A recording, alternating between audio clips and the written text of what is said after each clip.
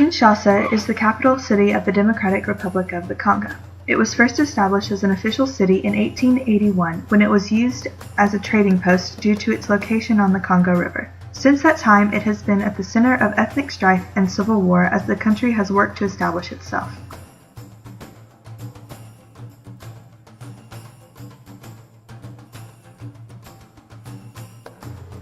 In the 17th and early 18th centuries, Kinshasa was in a region controlled by the Kingdom of Congo.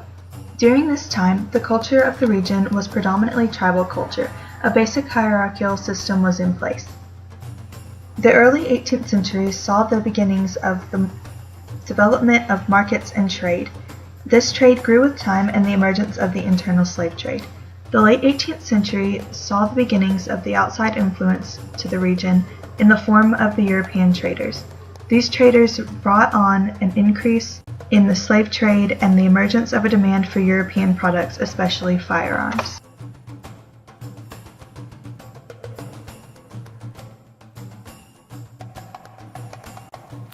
During the 19th century, Kinshasa experienced many events that involved history and politics.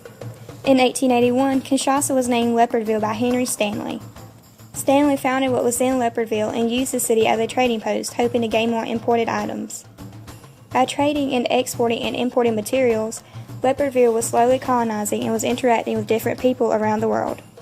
Stanley named Kinshasa Leopardville after Leopard II, King of Belgium. During the mid-19th century, many traders, such as Arabs and Swahilis, came to the city and ordered some materials and slaves.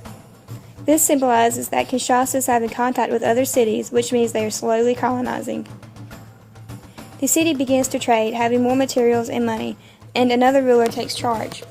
In 1885, King Leopard II of Belgium took over the city and named it a Congo-free state. King Leopard played a huge role in Kinshasa because of the way he governed. Kinshasa turned into a dictatorship. In other words, whatever the king said goes with no questions asked.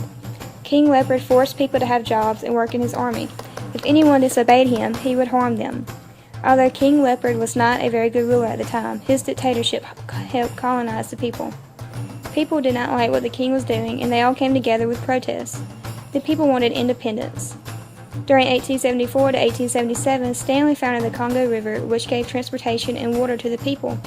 Kinshasa is slowly coming together in the 19th century and is finally colonizing.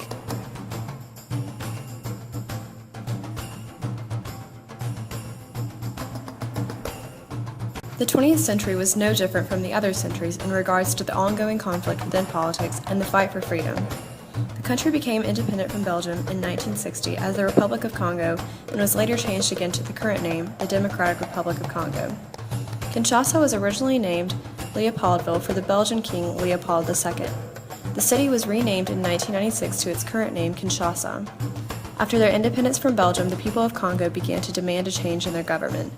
Congolese soldiers, enraged, demanded an increase in pay and wanted all white officers removed from their ranks within the government. This was the beginning of the Congo Crisis, also known as the Congo Civil War.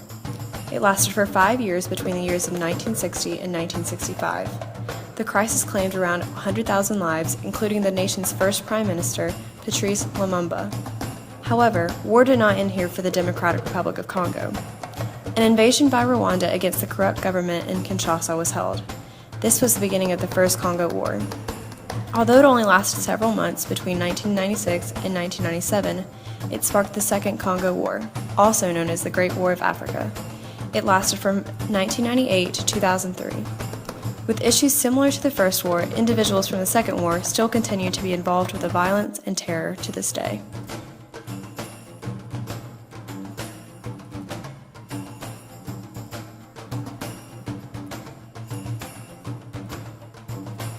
In 1997, the Zaire regime and President Mobutu fell from power.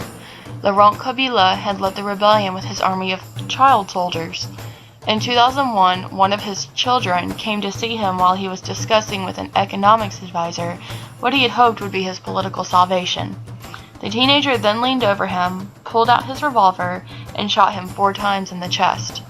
The economy really began to struggle as crime rates rose, including when one boy had been shot by a policeman, which then turned extremely violent when his friends retaliated. Between 2001 and 2007, Kinshasa went through 6 governors, and in 2004, Kinshasa was rated one of Africa's most dangerous cities.